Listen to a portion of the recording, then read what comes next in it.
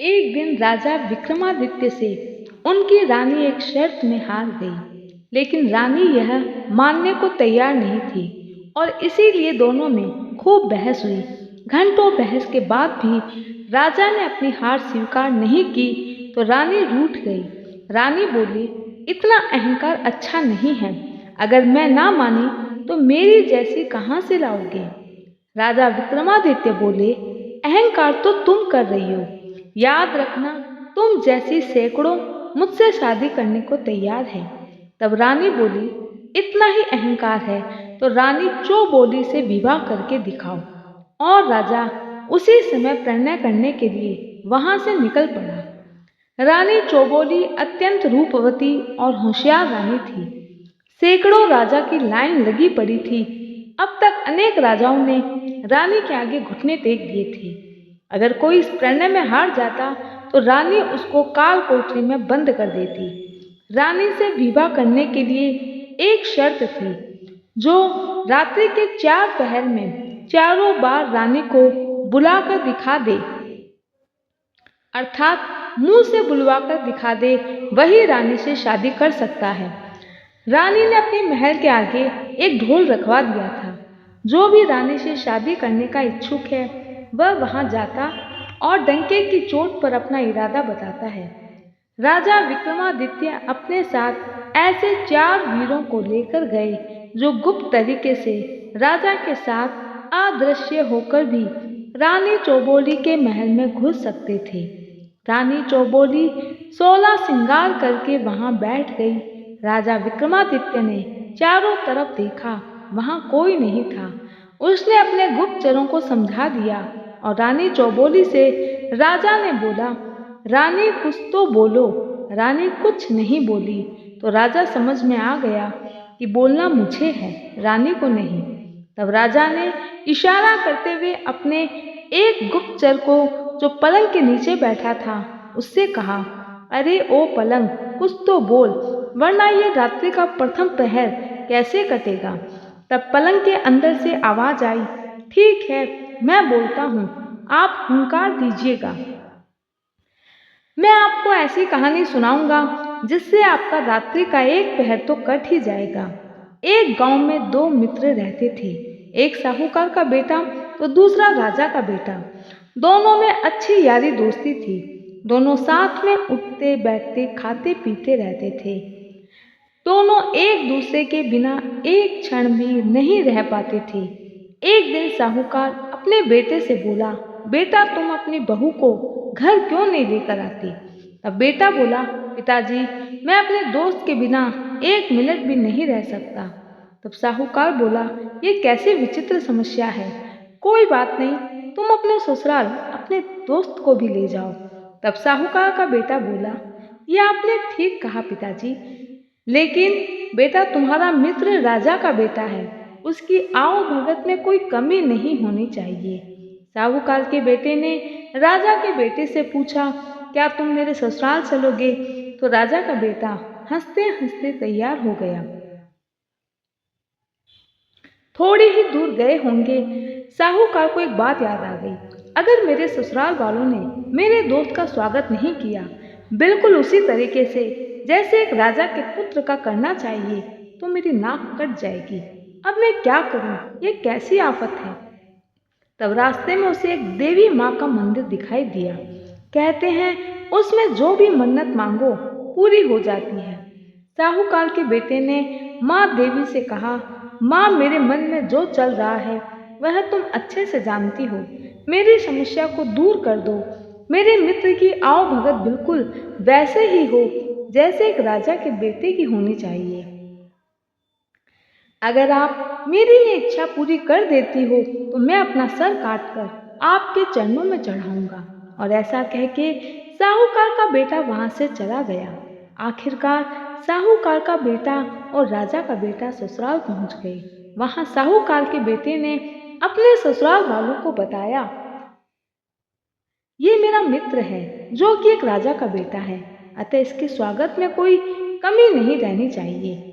ससुराल वाले बोले, आप फिक्र मत कीजिए दामाद जी, साहूकार के बेटे के ससुराल वाले बहुत अमीर थे, भगवान की कृपा से उनके यहाँ कोई कमी नहीं थी। उनका व्यापार भी बहुत दूर दूर तक फैला हुआ था, जो काफी अच्छा चल रहा था। उन्होंने राजकंवर की ऐसी खातिरदारी की कि साहूकार का बेटा देखता ही रह गया। शाम के वक्त ससुराल वालों ने अपनी बेटी के साथ दामाद और उसके मित्र को बहुत ही प्रसन्नता पूर्वक खूब गाजे बाजे के साथ विदा किया। रास्ते भर अब तो साहूकार का बेटा और भी दुखी हो गया। वह सोच रहा था, अब तो मुझे अपना मस्तक माँ के चरणों में चढ़ाना होगा। मैं वचन से फिर नहीं सकता हूँ। मुझे अपनी पत्नी से अलग होना पड़ेगा। थोड़ी दूर चलने के बाद में मंदिर आ गया और साहूकार का बेटा बोला, तुम दोनों उस पेड़ के नीचे मेरा इंतजार करो, मैं अभी आता हूँ। और वह माँ के मंदिर में गया और हंसते हंसते अपना मस्तक काटकर माँ के चरणों में चढ़ा दिया। काफी लंबी प्रतीक्षा के बाद साहूकार का बेटा नहीं आया तो राजकुमार और उसकी पत्नी को चिंता हुई। वह राजकुमार से बोली, आप अपने मित्र को देखने क्यों नहीं जाते? बहुत समय हो गया है। तब राजकुमार बोला, ठीक है, तुम यही प्रतीक्षा करो, मैं अपने मित्र को देखकर आता हूँ। राजकुमार इधर उधर पूछते हुए जब मंदिर के अंदर पहुंचा तो देखते ही उसकी आंखों को विश्वास नहीं हुआ। वह सोचने लगा, मैं अब अकेले घर कैसे जाऊंगा? मैं सबको क्या जवाब दूंगा कि मैं अपने मित्र को साथ लेकर गया था, लेकिन उसे वहीं छोड़कर आ गया हूँ। यह नहीं हो सकता।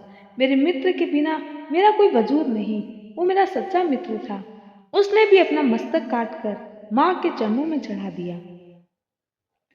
लंबी प्रतीक्षा के बाद में भी जब राजकुमार भी नहीं आया तो साहूकार की पत्नी चिंतित हुई और वह दोनों को देखने के लिए इधर उधर पूछते हुए मंदिर में पहुंची। जब दोनों का सिर कटा देखा तो उसके पैरों तले जमीन ही खसक गई और सोचने लगी, मैं घर अकेले कैसे जाऊं? सब मुझसे सवाल पूछेंगे, मैं क्या बोलूंगी? और यही सोचकर वह भी अपने आप को मारने को तैयार हो गई। तब माँ देवी प्रकट हुई और बोली, तुम्हें इसकी जरूरत नहीं है, मैं तुम्हारे पति को अभी जीवित कर देती हूँ। तब साहूकार की बहू बोली, अगर आपको जीवित ही करना है तो इन दोनों को जीवित कीजिए। तब माँ देवी बोली, तुम सही कहती हो, तुम इन दोनों के सिर उनके धड़ से जोड़ दो, मैं इनमें प्राण संचित कर दूंगी। जल्दबाजी में साहूकार की बहू ने राजकुमार का सिर साहूकार के धड़ से और साहूकार का सिर राजकुमार के धड़ से जोड़ दिया। माँ दुर्गा ने उन दोनों वीरों में प्राण संचित कर दिए। दोनों अपनी अपनी जगह से उठ बैठे। लेकिन ये क्या, अब यह पत्नी किसकी है? बताओ विक्रमादित्य, वह पत्नी किसकी होगी?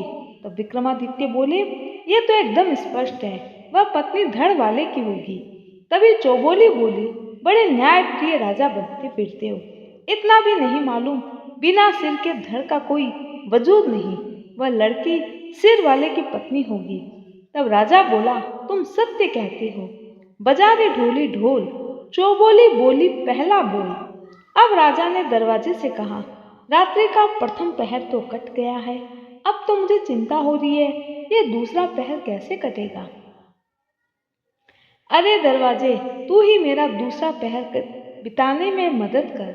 तब दरवाजा बोला, ठीक कहते हो, मैं आपको एक कहानी सुनाता हूँ, इससे आपका दूसरा पहर कट जाएगा, लेकिन याद रखिएगा, आपको हुंकार भरना पड़ेगा। एक गांव में दो मित्र रहते थे, एक साहूकार का बेटा तो दूसरा राजा का। दोनों बचपन से ही घनिष्ठ मित्र थे, साथ में उठते बैठते खाते पीते।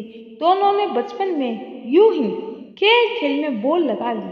राजा का बेटा बोला, अगर तुम्हारी शादी पहले हुई तो तुम्हारी पत्नी की सुहागरात मेरे साथ होगी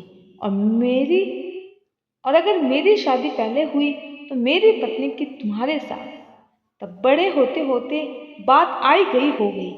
अब इस पुरानी बात को कौन याद रखता? समय आने पर एक अच्छे घराने में साहूकार के बेटे का रिश्ता तय हुआ और निश्चित समय पर विवाह। लेकिन जैसे ही साहूकार को बचपन वाली बात याद आई, वह उदास हो गया। शादी के बाद जब प्रथम रात्रि में अपनी सुहाग रात के दिन जब उसकी पत्नी पास में आई तो अपने पति का चेहरा लटका हुआ देखकर उसने कहने लगी, मालिक, क्या मुझसे कोई गलती हो गई है? क्या आपको किसी बात की चिंता है? क्या आपको शादी में निभाई गई रस्मों में कोई कमी लगी? आखिर ऐसा क्या हुआ कि आप आज के दिन उदास बैठे हैं? आज के दिन सबके चेहरे पर प्रसन्नता होती है। आज का दिन हम दोनों के लिए बहुत महत्वपूर्ण है। आज का दिन फिर आपके चेहरे पर ये उदासी क्यों? आप मुझे बताइए। यकीन मानिए, मुझसे जो भी होगा मैं करूंगी। तब साहूकार का बेटा बोला, मेरा एक मित्र है। वो मेरा बहुत घनिष्ठ मित्र है। बचपन से ही हम दोनों साथ में बड़े हुए और बातों ही बातों में हमने वह कह दिया जो हमें नहीं कहना चाहिए था। वचन मैं तोड़ नहीं सकता हूँ और निभा भी नहीं सकता हूँ, तो मैं करूँ क्या? तब उसकी पत्नी बोली, आप मुझे बताइए, आपने अपने मित्र को कौन सा वचन दिया था? तब साहूकार का बेटा बोला, जिद मत करो, क्योंकि वह कर पाना असंभव है। तब साहूकार की पत्नी बोली, मैं आपको वादा करती हूँ, मैं आपके इस वचन को निभाने में पूरा साथ दूंगी। तब साहूकार का बेटा आनाकानी करने लगा। तब नई नवेली दुल्हन ने अपनी कसम दे दी। मजबूरन साहूकार के बेटे को सब बात बतानी पड़ी। तब साहूकार की पत्नी बोली, बस इतनी सी बात, आप यहीं बैठिए, मैं आपके वचन को पूरा करके अभी आती हूँ। आप चिंता मत कीजिए, मैं वचन भी निभाऊंगी और धर्म भी। साहूकार की पत्नी वहां से चली गई। रास्ते में उसे कुछ चोर मिले। गहनों से लदी ऐसी सुंदर दुल्हन को देखकर चोर सोचने लगे, आज तो खजाना मिल गया है। और उसने वहीं पर साहूकार की पत्नी को रोक लिया और कहा, ये जितने भी गहने हैं उतार दो, फिर तुम्हें जहां जाना है चली जाओ। तब साहूकार की पत्नी बोली, भैया, मेरे पति ने किसी को वचन दिया है, मुझे वहां जाना होगा। मैं आपको भी वचन देती हूँ, मैं यहाँ जरूर आऊंगी और ये सारे गहने आपको दे दूंगी। मेरा विश्वास करो। दुल्हन की विनय पूर्वक वाणी सुनकर चोरों ने कहा, ठीक है, हम तुम्हारी यही प्रतीक्षा करेंगे, लेकिन ध्यान रहे तुमको वचन निभाना होगा। और ऐसा कहकर दुल्हन को छोड़ दिया। साहूकार की पत्नी आगे बढ़ी और महल के पीछे के रास्ते से राजकुमार के शयन कक्ष में गई। वहां जाते ही साहूकार की पत्नी ने राजकुमार को उठाया और राजकुमार को देखते ही घबरा गया। तुम इतनी रात में कौन हो और इस तरह से मेरे शयन कक्ष में क्या कर रही हो? तुम्हें मुझसे क्या काम है? तब साहूकार की पत्नी बोली, मैं आपके बचपन के घनिष्ठ मित्र की पत्नी हूँ। आपको याद होगा, आपने बचपन में एक दूसरे को वचन दिया था, जिसकी शादी पहले होगी उसका मित्र अपने मित्र की पत्नी के साथ सुहागरात बिताएगा। साहूकार की पत्नी से ऐसे वचन सुनकर राजकुमार ने कहा कि कैसी बातें करती हो, वह बचपन की बातें थी। तुम तो मेरी बहन हो। और साहूकार की पत्नी को हीरे जेवरात भेंट स्वरूप देकर पूरी सुरक्षा के साथ विदा करवाया। रास्ते में वही चोर झाड़ियों के पीछे उस साहूकारन की प्रतीक्षा कर रहे थे, लेकिन राजकुमार के गुप्तचरों को साथ देखकर लोग वहीं रुक गए। साहूकार की पत्नी ने गुप्तचरों को वहां से भेज दिया और कहा, अब मैं स्वयं चली जाऊंगी, आप मेरी चिंता ना करें, मुझे किसी को दिया हुआ वचन भी निभाना है। जब उन्होंने साहूकार की पत्नी के मुंह से ऐसे वचन सुने तो वह बड़े आश्चर्यचकित हुए। आपस में कहने लगे, ये लड़की तो वचन की पक्की है। जैसे ही साहूकार की पत्नी उन चोरों के नजदीक आई, उनको हीरे मोतियों से भरा हुआ थाल दिया। चोर बोले, पहले बताओ तुम कौन हो और इतनी रात को कहाँ गई थी? तब उसने सारी घटना चोरों के सामने बयान कर दी। चोरों ने कहा, धन्य हो, तुमने अपने पति के वचन को रखने के लिए इतनी रात में जोखिम उठाई, और धन्य है वह राजकुमार जिसने तुमको अपनी बहन बनाया, जिसकी नीति में जरा भी खोट नहीं। बताओ राजा, उन तीनों में से कौन महान हुआ? तब विक्रमादित्य बोले, ये तो बिल्कुल स्पष्ट है, वो राजकुमार जिसके सामने 16 श्रृंगार की हुई इतनी खूबसूरत नारी खड़ी थी, लेकिन फिर भी उसने अपने धर्म को बनाए रखा। तभी चौबोली बोली, वाह रे राजा, मुझे तो समझ में नहीं आता, तेरे को लोग न्याय प्रिय राजा क्यों कहते हैं? तुझे तो कुछ भी नहीं पता। अब मेरी बात सुन, वह चोर महान हुए। वचन के मुताबिक साहूकार की पत्नी चोरों को इतना धन दे रही थी, लेकिन फिर भी चोरों ने धन नहीं लिया, बल्कि अपना धन भी बहन बनाकर भेंट कर दिया। और ना ही उस साहूकारनी को देखकर उन चोरों की नीयत टूटी। तुम सही बोली रानी, तुम सही बोली, बजा रे ढोली ढोल। चौबोली बोली दूसरा बोल। ढोली ने नगाड़े पर जोर से दे मारा। अब राजा ने महल की खिड़की से कहा, अरे ओ खिड़की, अब तू मेरा समय व्यतीत करने में मदद कर। अब ये रात का तीसरा पहर है, ये कैसे कटेगा? तू ही कुछ सुना दे। खिड़की बोली, मैं सुना तो दूं, पर तुझे हुंकार भरते रहना है। राजा बोला, तू चिंता मत कर, मैं बराबर तेरी रानी, मैं बराबर तेरी कहानी के साथ हुंकार भरता रहूंगा। तो खिड़की बोली, तो सुन, एक समय की बात है, एक ब्राह्मण का बेटा और एक साहूकार का बेटा, जिसका नाम मोती और दूसरे का नाम संतोष था। आपस में घनिष्ठ मित्र थे, दोनों एक उम्र के थे। समय आने पर दोनों का विवाह हुआ। एक दिन दोनों को अपनी अपनी पत्नियों को लाने ससुराल जाना था। तब ब्राह्मण का बेटा संतोष बोला, तुम मेरे साथ चलो, जहां तक हम चल सकते हैं। साहूकार का बेटा मोती राजी हो गया। दोनों काफी दूर तक एक साथ चलते रहे। फिर दोनों ने अपना रास्ता अलग अलग देखा। तब संतोष बोला, जो पहले आएगा वही दूसरे की प्रतीक्षा करेगा। मोती अपने साथ में एक नाई को भी लेकर गया। ससुराल पहुंचने पर सबसे पहले बुजुर्ग महिला मिली। जब उसने अपने दामाद के साथ नाई को देखा तो उसने घर के सभी लोगों को समझा दिया, दामाद जी के साथ में आए व्यक्ति की खातिरदारी में कोई कमी नहीं रहनी चाहिए, वरना वो गांव में जाकर इधर उधर की बातें करेगा तो बेटी को कष्ट पहुंचेगा। लेकिन अगर हम इसको खुश रखेंगे तो यही हमारी पूरे गांव में तारीफों के पुल बांध देगा। घर के सभी बेटी बहुओं ने बुढ़िया की बातों को गांठ बांध लिया। नाई की खातिरदारी में लग गई। चाहे खाना पीना हो, चाहे बिस्तर लगाना हो, चाहे कहीं भी बाहर ले जाना हो, सभी काम नाई से पूछते। बेचारा साहूकार का बेटा मोती तो उदास रहने लगा और नाई साहूकार के बेटे को देखकर मूछें मरोड़ने लगा। बेटी के ससुराल वालों ने खूब धन देकर बेटी को मोती के साथ विदा किया। अब पूरे रास्ते नाई साहूकार के बेटे को छेड़ने लगा। वह बात बात में कहता था, वहां पर तो जमाई जी आप कम और मैं ज्यादा लग रहा था। इतना स्वागत, इतनी आवभगत। मोती नाई की बातों से परेशान होकर आग बबूला हो गया और उसने अपना सारा गुस्सा अपनी पत्नी पर उतार दिया। बीच रास्ते में अपनी पत्नी को उसने छोड़ दिया और नाई के साथ आगे बढ़ गया।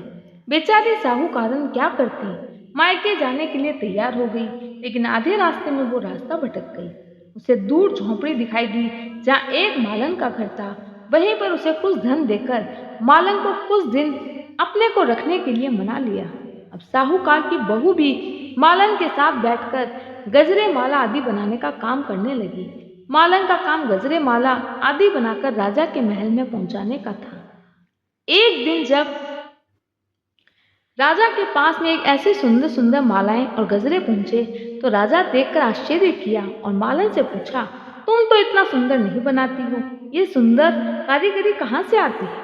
तब मालन ने सारी सच्चाई बता दी तो राजा ने साहूकारन को महल में लाने का आदेश दिया। साहूकार की बहू ने जाने से मना किया, लेकिन राजा का हुक्म था, मरता क्या न करता, उसे जाना पड़ा। राजा साहूकार की बहू के रूप को देखकर मोहित हो गया। ऐसी सुंदर नारी हमारे पूरे महल में नहीं है। राजा ने उसे अपने महल में रख लिया। साहूकारन बोली, राजन, आप तो मेरे पिता के समान हैं, आप मुझ पर कुदृष्टि मत डालिए।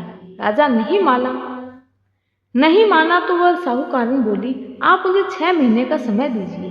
तो राजा बोला, ठीक है, विचार कर लो, और महल के बाहर कुछ दूरी पर उस साहूकारन के लिए एकांत महल रहने को दे दिया। उस एकांत महल की खिड़की से रोजाना साहूकारन देखती थी, शायद कोई उसके ससुराल वाला या पीहर वाला दिख जाए तो वह अपना संदेश भिजवा सके। उधर दूसरी तरफ ब्राह्मण का बेटा संतोष इंतजार कर रहा था। जब दोनों आपस में मिले तो ब्राह्मण के बेटे ने सारी बात पूछी, तुम्हारी पत्नी कहाँ है? साहूकार के बेटे मोती ने सारी कथा सुनाई तो ब्राह्मण का बेटा क्रोधित हुआ, कितने मूर्ख हो तुम, तुम्हें कुछ भी समझ ही नहीं है। अब मेरे साथ चलो, हम दोनों तुम्हारी पत्नी को साथ लेकर आएंगे। दोनों उसी नगर में खोजते खोजते पहुंच गए जहाँ राजा ने साहूकारन को एकांत स्थान पर रखा था। साहूकारनी ने जब अपने पति को दूर से आते देखा तो दौड़ी चली अपने पति के पास आई और सारी बात बताई। मोती ने राजा से बात की और सारा वृत्तांत कह सुनाया तो राजा ने साहूकारन को उस साहूकार के साथ विदा कर दिया। हे राजन, तुम्हारी न्यायप्रियता तो 7 समुंदर तक फैली है। बताओ महान कौन हुआ, साहूकार या साहूकारनी? तब राजा बोला, इस कहानी में भी स्पष्ट है, साहूकार महान हुआ। छोड़ी हुई स्त्री को अपनाने के लिए तैयार हो गया। तभी रानी बोली उठी, अरे अधर्मी निर्दयी राजा, तुझे राजा किसने बनाया? तुझमें जरा भी बुद्धि नहीं है। महान तो वह साहूकारन हुई, निर्दोष होते हुए भी दर दर भटकती रही और अपने धर्म पर अडिग रही। राजा की रानी बनने के लिए कदापि तैयार नहीं हुई। राजा बोला, चौबोली, आपने एकदम सत्य बोला है। बजा रे ढोली ढोल, चौबोली बोली तीसरा बोल। चौबोली डर गई और वो पहले से ज्यादा सतर्क हो गई, क्योंकि चौथी बार बोलने से उसे राजा विक्रमादित्य से शादी करनी पड़ेगी। अब राजा ने सोचा, 3 पहर तो कट गए, अब मैं अपना चौथा पहर कैसे काटूंगा? और उसने पास में रखे मटके से कहा, बता मटके, तू ही चौथी कहानी सुना दे, यह चौथा पहर भी कट जाएगा। मटके ने हाँ भर दी और कहानी सुनाना शुरू कर दिया। एक गांव में सुनार, हाथी, ब्राह्मण, दर्जी आपस में 4 मित्र रहते थे। धन कमाने के लिए एक साथ रवाना हुए। खूब पैसा कमाकर जब लौट रहे थे तो सुनार ने कहा, आज रात यहीं विश्राम करते हैं, कल सुबह देखा जाएगा। लेकिन रात में कोई चोर धन चुरा कर नहीं ले जाए, इसलिए किसी को तो जागना पड़ेगा। ऐसा करते हैं, बारी बारी से पहरा देते हैं। सबसे पहले हाथी तैयार हो गया।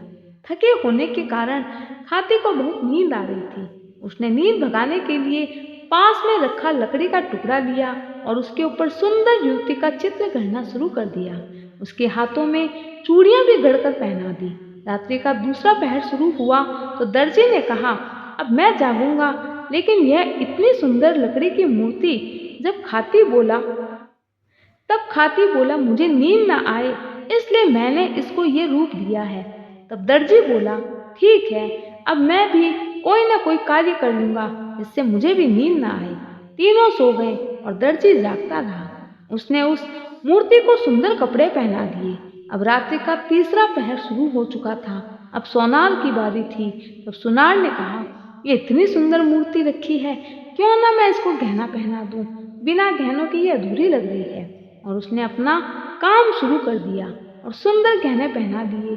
चौथा पहर शुरू हुआ तो ब्राह्मण की नजर पास में रखी उस मूर्ति पर पड़ी। ब्राह्मण ने सोचा, ये लकड़ी की मूर्ति कितनी सुंदर लग रही है, इतने सुंदर कपड़े, गहने और सुंदर चेहरा, क्यों ना इस मूर्ति में प्राण फूंक दूं? ब्राह्मण के मंत्र बोलते ही वो लकड़ी की मूर्ति एक सुंदर स्त्री में बदल गई।